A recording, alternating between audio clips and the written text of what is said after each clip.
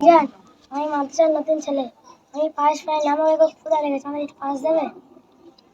কেন আপনি ধরে খেতে পারেননি? আমরা এত কষ্ট করে পায়েস ধরেছি তোমাকে দেওয়ার জন্য? তুমি অন্য জনের কাছে যাও।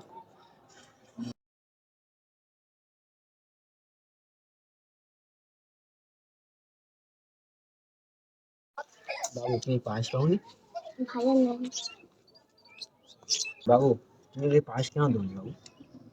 হুজুর, যে আমরা খাওয়ার জন্য ধরেছি, আমরা ওকে কেন দেবো বলুন?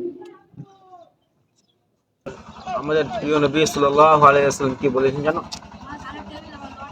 আল্লাহ রাসূল সাল্লাল্লাহু আলাইহি ওয়াসাল্লাম বলেছেন যে তোমরা মানুষের সাথে ভালো ব্যবহার করো। আরো হাদিসের মধ্যে বলেছেন যে তোমাদের মধ্যে ওই ব্যক্তি উত্তম যার চরিত্র ভালো। তাহলে আমরা সবাই মিলেমিশে খাবো, চলো। চলো তাহলে আমাদের খাওয়া শুরু করি। বিসমিল্লাহ।